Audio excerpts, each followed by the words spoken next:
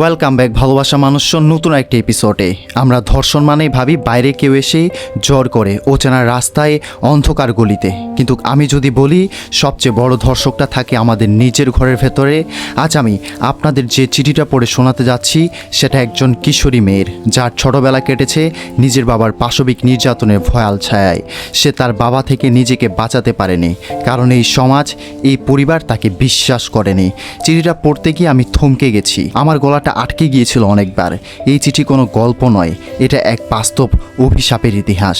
আমি জানি আপনি শুনবেন, আর যদি শুনেন তবে দয়া করে চোখ বন্ধ করে নয়, বুক খোলা রাখুন। চলুন শোনা যাক সেই চিঠিটা। শোনার আগে আমাদের ইউটিউব চ্যানেলটিকে এখনই সাবস্ক্রাইব করে ফেলুন। চিঠিটা ছিল এরকম: প্রিয় ভাইয়া, আপনার ভিডিওগুলো আমার অন্ধকার জীবনে একটু আলো দেয়, তাই সাহস করে লিখছি। আপনাকেই লিখছি কারণ আপনি শোনেন। আমার কথা যদি একবারও মনে হয় সত্যি নয়, তাহলে আমি সৃষ্টিকর্তার কসম খেয়ে বলছি, আমার জীবনের প্রতিটা শব্দই রক্তে লেখা। ভাইয়া, আমি বড় হয়েছি একটা খুব সাধারণ পরিবারে। ছোট শহর, ছোট সংসার, বাবা মা, আমি, আমার ছোট ভাই আর দাদু। বাবা রিক্সা চালাতো, মা গৃহিণী। আমরা গরিব ছিলাম, কিন্তু আমি খুব স্বপ্নবাদ ছিলাম। ছোটবেলায় আমি চাইতাম স্কুল টিচার হব, ছাত্রছাত্রী আমাকে ম্যাডাম বলবে, এই চিন্তায় হাসতাম। কিন্তু ভাইয়া, সেই হাসিটা এক রাতে গলা টিপে মেরে ফেললো আমার নিজের বাবা। আমি তখন ক্লাস 6-এ পড়ি। একদিন রাত 10টার দিকে আমি ঘুমাচ্ছিলাম, মা ছোট ভাইকে নিয়ে দাদুর ঘরে ছিল, আমি একা ছিলাম অন্য ঘরে। হঠাৎ আমার ঘুম ভেঙে যায়। আমি দেখি বাবা আমার পাশে বসে আছে, তার চোখে অদ্ভুত এক দৃষ্টি, মুখে অস্বাভাবিক হাসি। সে বলল, চুপ করে থাক, এটা খারাপ কিছু না, সব মেয়ের সাথেই হয়। আমি ঘাবড়ে গিয়েছিলাম, বুঝে উঠতে পারিনি এটা স্বাভাবিক কিনা। পরদিন সকালে ভেবেছিলাম হয়তো কিছু একটা ভুল বুঝেছি, কিন্তু সেটা ছিল শুরু। এরপর প্রতি রাতে সে আসতে থাকলো, সামনে থেকে নয়, পেছন থেকে ঘুমন্ত ভেবে তার হাত ধীরে ধীরে এগিয়ে আসতো আমার শরীরের দিকে। প্রথমে আমি প্রতিবাদ করতাম, ধাক্কা দিতাম, সে মুখ চেপে ধরতো, বলতো, চুপ কর, কাউকে বললে মেরে ফেলবো। একদিন এক রাতে সব কিছু শেষ হয়ে গেল। আমি বুঝলাম আমি আর সেই ছোট্ট মেয়ে নেই, আমি আর ভবিষ্যতে শিক্ষক হব না। আমি এখন শুধু একটা বস্তু, বাবার যৌন দাসী। 3 বছর ধরে ভাইয়া, 3টা বছর, 195 রাত। প্রতিটা রাতে আমি মৃত্যুর জন্য প্রার্থনা করেছি। আমার শরীরটা যেন আর আমার ছিল না। নিজেকে ঘৃণা করতাম, কাঁদতাম বালিশে মুখ লুকিয়ে। এখন আপনি হয়তো প্রশ্ন করতে পারেন, মা কি জানতেন না? হ্যাঁ, জানতেন। একদিন সাহস করে তাকে বলেছিলাম, মা, বাবা আমাকে এমন করে ছয়। মা কেঁদে ফেললেন, তারপর বললেন, চুপ করো, সংসার ভেঙে যাবে। তখনই বুঝেছিলাম আমার শরীরের দাম নেই, আমার চিৎকারেরও দাম নেই। ভাইয়া, আমি স্কুলে গেলে ছেলেদের চোখে একটা ঘৃণার টের পেতাম।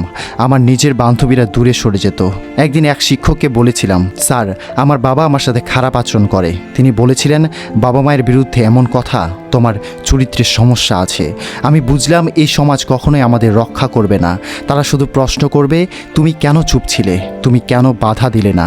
ভাইয়া, 13 বছর একটা মেয়ে কিভাবে লড়বে তার বাবার বিরুদ্ধে? যে মানুষটার কাঁধে সে বসে মেলা দেখেছে, সে যদি বিভীষিকা হয়ে যায়। 17 বছরে পা দিয়ে আমি সিদ্ধান্ত নেই পালাবো। একটা মোবাইল কিনি গোপনে, ইউটিউবে দেখি, পড়ি আত্মরক্ষার গল্প, নারীর অধিকার। একদিন সাহস করে স্কুল কাউন্সিলরের কাছে যাই। তিনি প্রথম মানুষ যিনি আমার কথা বিশ্বাস করেন। তিনি চাইল্ড প্রোটেকশন সেন্টারে রিপোর্ট করেন, বাবাকে গ্রেপ্তার করা হয়। ভাইয়া, আমি কেঁদে ফেলেছিলাম, কিন্তু সেটা ছিল মুক্তির কান্না। আজ আমি 21 বছরের তরুণী, একটা এনজিওতে কাজ করি, যেখানে নির্যাতিত মেয়েদের সাহায্য করি। আমি জানি আমি একা না, আমার মতো হাজারো মেয়ে আছে যারা ঘরের ভেতরে নরক দেখেছে।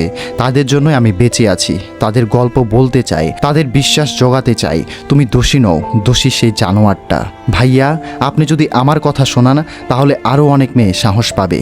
আপনাকে অনেক শুভকামনা। আপনি আমার গল্প বললে আমার মতো কেউ হয়তো ঘর ভাঙার আগেই প্রতিবাদ করবে। প্রিয় ভালোবাসা মানুষজন, এখন আমি আপনাদেরকে বলতে চাই, এই চিঠিটা যদি আপনার বুকটা ভারী না করে, তবে কিছু একটা ভুল আছে আমাদের সমাজে। একটা মেয়েকে তার নিজের ঘরে যদি নিরাপত্তাহীন হতে হয়, তাহলে সেই সমাজের ভিত্তিটাই ভেঙে গেছে। আমরা অনেক সময় চুপ থাকি, লোকলজ্জা, সামাজিক বাধা, সম্মান হারানোর ভয়ে। কিন্তু একটি বার ভাবুন, চুপ থাকার ফল কি? এই মেয়েটি আজ কেবল বেঁচে আছে কারণ সে সাহস করেছে। আপনার আশেপাশে কেউ যদি এমন সংকটে পড়ে, তাহলে তাকিয়ে থাকবেন না, ভাই বা বোন হয়ে দাঁড়ান। একটা কণ্ঠ, একটা প্রতিবাদ, একটা জীবন বদলে দিতে পারে। চিঠিটা যদি আপনাকে ছুঁয়ে যায়, প্লিজ ভিডিওটা শেয়ার করুন আর কমেন্টে লিখুন, আমি পাশে আছি। ধন্যবাদ সবাইকে। ভালো থাকুন, প্রতিবাদ থাকুন, আর আমাদের ইউটিউব চ্যানেলটিকে এখনই সাবস্ক্রাইব করে ফেলুন।